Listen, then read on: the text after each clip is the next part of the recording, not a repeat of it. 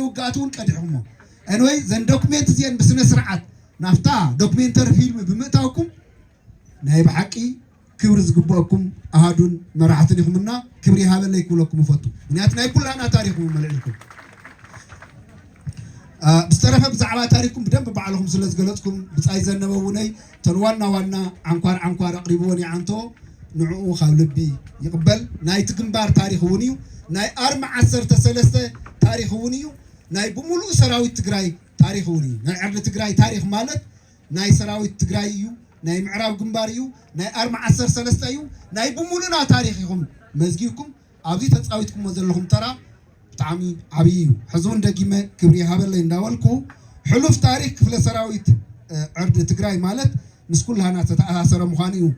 ዝገልጽ ስለዚ ብዛዕባ ተኣሃዱ ክብሎ ዝኽእል እዚ ታሪኽኩም መዝጊብኩም ንዝቕጽል ወለዶ ክሓልፍ እዩ ኩላና ብቐጻለይ ንህሉን እዚ ታሪኽ እዚ ግን ንዝቕጽል ወለዶ ክተሓላለፍ እዩ ህዝቢ ዓዲ ዋዕላ ከዓ ኣብ ጎንኩም ከም ዘሎ ርኤ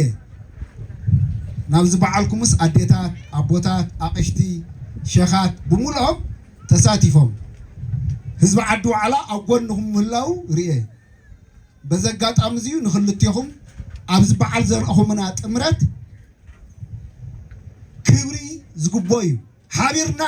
ኢና ተዝሓለፈ ጉዕዞውን ሕሊፍናዮ ሕዝውን ሓቢርና ኣለና እዩ ኩለን ተንዴታት እንጀራ ሒዘን ኣረቂ ሒዞም ከኣቱ ምስራኹ ከመይ ውሽጠይ ደስ ከም ዝበለኒ ክነግረኩም ኣይክእልን ናይ ቅንየልና ዝገር ይሃበልና ክብሪ ይሃበልና ናይ ቤተ ክህነት ሰባት እውን ናይ ክርስትና እና ናይ ሙስሊሙም ኣቅሪብኩም ኣውዚ ይቅንየልና ኣጋጣሚ ዲያቆን እውን ስለ ዝነበርኩ ኣስታዊስኩምኒ ናይ ቤተ ክህነት ሰባት ምናልባሽ ንገለገል ይኹም ብዕድመ ይበልፀኩም ይኸውን ናይ ቤተ ክህነት ዲያቆን የነረና ተዘቅረብኩም ዝማረ ካብ ልብ መሲጥኒ ክብሪ ይሃበልና ምክንያቱ ሃይማኖትና ማለት ክብርና እዩ ስኢሉ ኣይኮነን ናይ ትግራይ ሃይማኖት ኩሉ እዩ ሙስሊምና ይኹን ክርስትና ስኢሉ ሃይማኖት ይመስለ ሰብ ኣይኮን ጥራሕ ኣይኮነን ቋንቋና እዩ ባህልና እዩ ታሪኽና እዩ መንነትና እዩ ተጋሩ ንግለጽ ቡይና ፖለቲካ መንግስቲ ምናምን ዝመፀ ድሓሪ ዓዲ ዘመሓድሮ ዝነበረ ቀደም ሃይማኖት እዩ ስለዚ ብቐጥታ ምስ ናይ ተጋሩ ህይወት ተተሓዘ ቀሊል ኣይኮነን ቀደም ዝኾነ ፀገም ገጥመና ከሎ ዓዲ ይከብል ከሎ ነጋሪት ወቂዐ መቅሽቲ እዮም ዓዲ ተኻለኸሉ ዝብል ነይሩ ስለዚ ስኢሉ ናይ ሃይማኖት ጥራሕ ኣይኮነን ምስ መንነትና ዝተተሓዘ እዩ ናይ ምስልምና ይኹን ናይ ክርስትና ምስ መንነትና ዝተተሓዘ እዩ ምስ ቋንቋና ምስ ባህልና ምስ ታሪኽና ምስ ጅግንነትና ምስ ዓዲ ምምስራት ምስ ኩሉ ዝተተሓዘ እዩ ሃይማኖት እዚ ስለዚ ቅርስና እዩ ንኩላህና ደስ ከም ዝብለና ርግፀኛ እና ወለድ ሃይማኖት እውን ዘቕረብኩሞ ቀሊል ኣይኮነን ዓብይ ነገርና ንዓዲ ትግራይን ንህዝቢ ዓዲ ዋዕላ በዘጋጣሚ ዘለኒ ስምዒት ገለጽ ስለ ዘለኹ ክብሪ ይሃበለይ استرفنا أبز قرابة إيوان زلوا حد نجار كالعب استفلالي مدرخ حسابي أقربه كم هزب حزونا مختينا زلنا كم هزبي جنا مثل عرسو ساننا كخبرنا تقاليسنا مثل عرسو ساننا سلة دفرة بعلنا وعلنا هنا محضر أكال فيدرال كوينا بسلام كنبر بحقق نجزاء بحقق المحاضر إن حتى العلنا زياسي إن هنا نابكينا تأتينا 360 دقيقة تخيبنا إن هنمديلنا تواجينا إن ليتن كثرن بزحات جان حواتنا خفيلنا إن بزحات جان حواتنا أكلم تقوديهم يوم بزح نبرتن هافتن تقراي بريسيو فتينا يكوننا تيفتنا هنا فتينا يكوننا نحنا ما ندلي دكنا هنا مهر نحنا ما ندلي حزبنا خالفلو خلمع نحنا ما ندلي يا أهلنا كحجن دحر متصعد التجارو بروح كون كمهارو دكاتر كونو انجنيرات كونو جوزات نجاريات كونو عد خلمعو دكنا بسلام كعويلنا يا أهلنا بتزحلفنا 10 عامات مسواتيلنا نديمقراطي نسلام نلمعات قال اتينا بحق منغست ننبر بروخات حزبينا አይንደል ከም ትዝባሃለ ይኮነን ናይ ሰላም ህዝቢና እዚያ ስለሳናይና ክልተ ዓመት ሙሉ ለይትን ቀትርን ተዋቂና ኣብ ዓለም ተራእዩ ዘይፈልጥ ዘይሓሰብዎ ብዙሓት ጀጋኑ ሕዋትና መናእሰይ ዘሊሎም ዘይፀገቡ ዓይን ኻሪ ኢኻውን ንቀጻሊ ቤተሰብ መስሪቶም ዓድኸ መሓዱር እምበር ቤተሰብ ክመርሑ እምበር ህይወት ናይ ባዕሎምን ቤተሰቦምን ንቅድሚት ከስጉሙ እምበር ኣብዘይ ዕድሚኦም ሓመድ ክበልዖም ዝምነ ማንም ፍጡር የለን ካፍቶም ምስክርነት ንመሰል ዓርሰ ውሳኔኦምን ንኽብሮምን ንመንነቶምን ብዙሓት ጀጋኑ ክስውኡ ከለዉ ዝመራሕኩ ሓደ ሰብ ስለ ዝኾንኩ ብምኽንያት ኢና መሪሕና ዋጊእና እዮም መስዋዕት እውን ከፊሎም ግን ሕጂ እውን እቲ መስዋዕት ከፊሎም ኣብፂሖሞ ንዝተወሰነ ግዜ ዋላ ይኹን ንሰላም በሪ ከፊቶምልና እዮም ባኺ ናይ ቀረየን መስዋዕቶም ግን ሕጂ እውን ገና ዘይተመለአ ነገር ኣሎ ብሰላማዊ መንገዲ መወዳእቱ ክበፅሕ መላእ ተጋሩ ንፅዕር ኣለና ሓዚ እውን ንፅዓር ንቃለስ መማረፂ ይብለን ቀደም እውን ናይ ሰላም ሓይሊ ኢና 360 ዲግሪ ተኸይብና ተዋጊእና ደው ኣቢልና ኢና ብዝተፈላለየ መንገዲ ሕዚ እውን ዳግም እታ ፅንተት ክትቅፅል ዝደልዩ ሓይልታት ግን ከም ዘለዉ ምልክታት ይረአሉ እታ ፅንተት ክትቅፅል ብሓደ ኢና እንዳንጨብጨብና ሰላም ክነንግስ ኣይንኽእልን ተኽኢልና ሕዚ እውን ንሰላም ድልዋት ምዃንና ንመላእ ህዝቢ ዓለም ንመላእ ኢትዮጵያውያን ንመላእ ኣብ ከባቢና ዘለዉ ህዝብታት ንሰላም ኢና ክንዝምር ዘለና ሓዚ እውን ክንፅዕር ዘለና ንፅዓር ከዓ ግን ሕጂ እውን መልክዕ ይሓዘን ዘሎ መልክዕ ይሓዘን ቁመና ተጋሩ ኣቦተይ ኣቶ ምዕራብ ትግራይ ሕዚ እውን ኣብ ትሕቲ ፀላእቲ እዩ ዘሎ ፀለምቲ ላዕላይን ታሕታይን ሕዚ እውን ኣብ ትሕቲ ፀላእን ኣብ ስቃይን እዩ ዘሎ ህዝቢ ራያ ሕዚ እውን መሊኡ ነፃ ይወፀን ኣብ ትሕቲ ፀላእትን ኣብ ሽግርን እዩ ዘሎ ህዝቢ ኢሮፕን ካልኦት ከባቢታትን እውን ሕጋዊ ብዝኾነ መንገዲ ምስ ኤርትራ ብዘሎ ውዑል መሰረት ሙሉእ ብሙሉእ ነፃ ወፂኡ ኣብ መረቦቱ ዘይኣተው ህዝቢ ብዙሕ እዩ በተለይ ብምብራቕ ኣከባቢ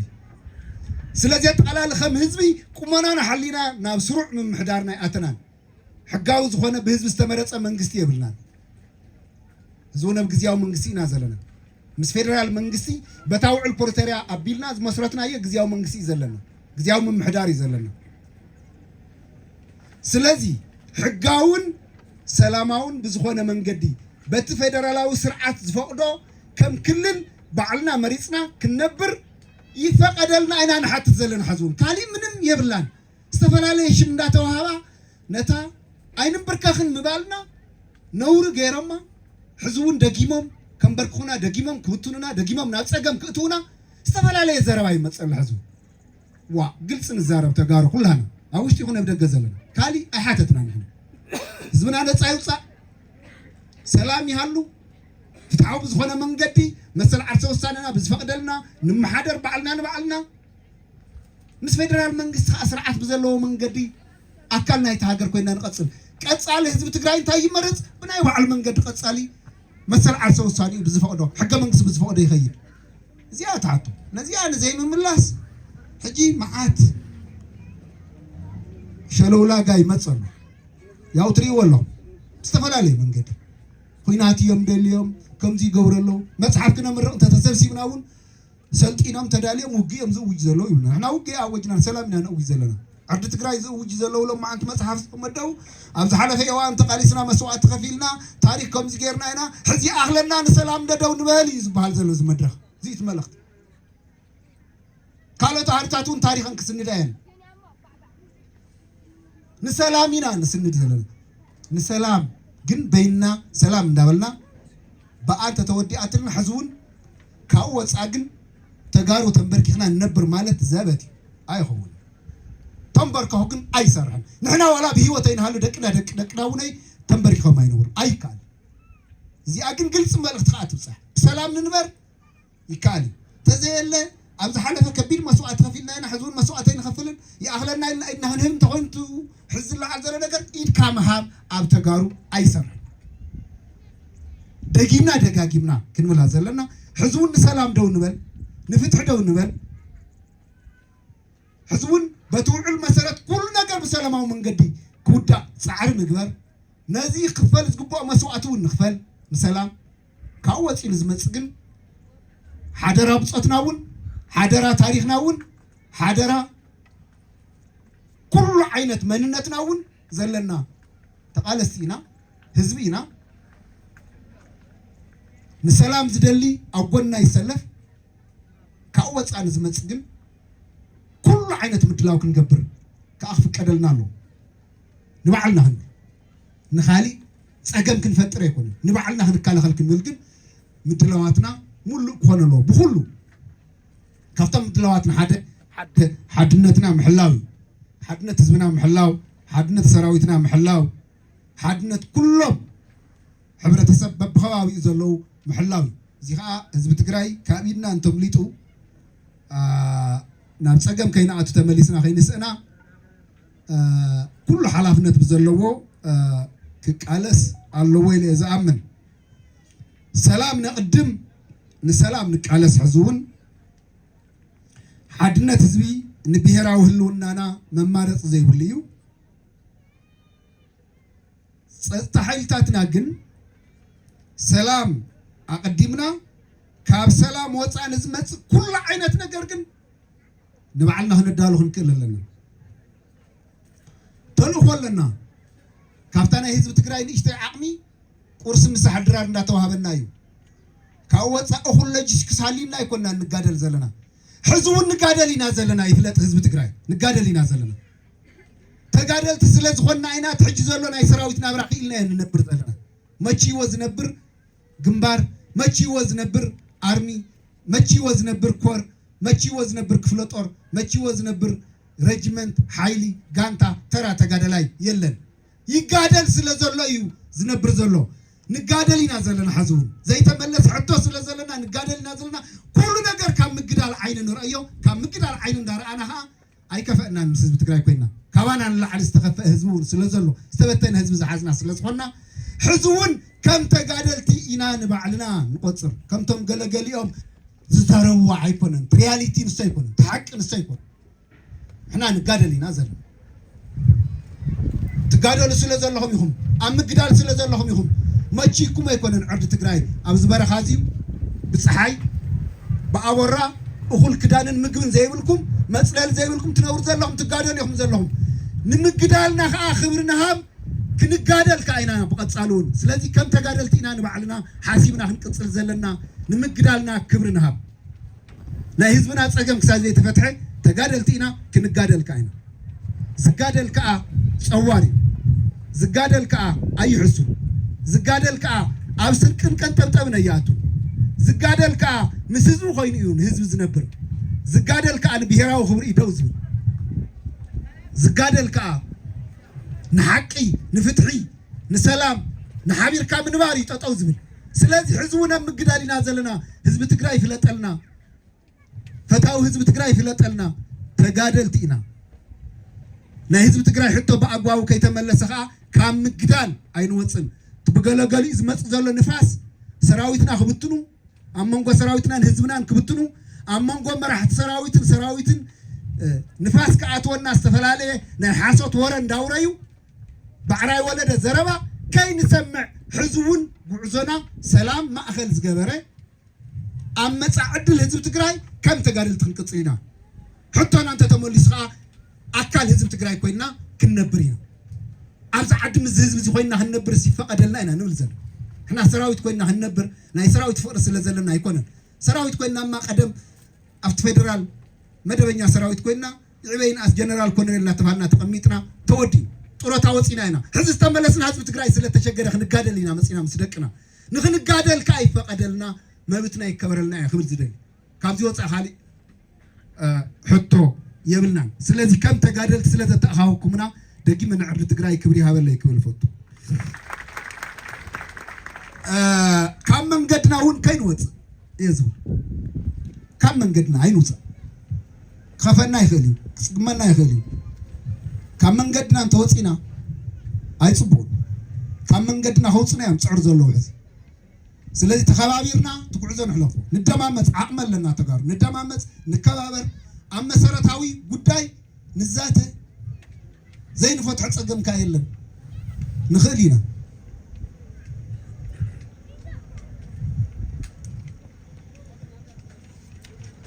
ስለዚ መጨረሻ ክብሎ ዝኽእል መልእኽትና ሓንቲ እያ ትግራይ ነቕድም ህዝቢ ትግራይ ነቕድም ኣብ ጎኒ ህዝቢ ትግራይ ተጋደልቲ ኢና ሕዚ እውን ተጋደልቲ ኮይንና ክንቅፅል ኢና ሕቶ ህዝቢ ትግራይ ብኣግባቡ ክምለስ ናይ መላእ ትግራዋይ ሕቶ እዩ ኣብ መንጎና ነቓዕ ክፈጥሩ ናብ ሽግር ክእትውና ዝደልዩ ኣደብ ክገብሩ ንግበሮም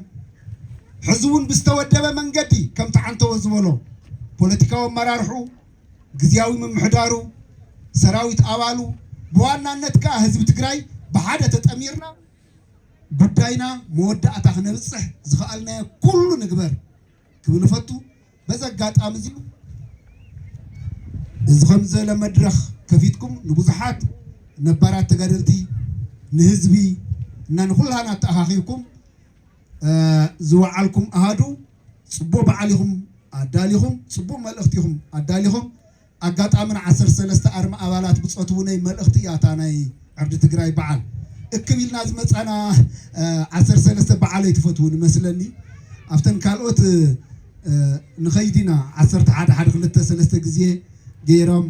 17 እውን 1 2 ግዜ ገይሮም ያው ገሊ ተኻፊልና ገሊ ተኻፈልናን 35 42 ይገብሩ እዮም ደጋጊማ 13 ንሓሚየኩም ኢና ነርና ዓዲ ትግራይ በጢስኩም ኣለኹም ስለዚ ኣብኡ ከሎና 13 ኣርሚ እውን እንኳ ኣብፅሐኩም እየ ዝብለኩም ናይ ዓዲ ትግራይ በዓል ጥራሕ ኣይኮነን ናይ 13 እዩ ስለዚ ይልመድኩም ንምባል 13 ክብሪ ሃበልና ፅቡቅ መዓልቲ ታንኪዩ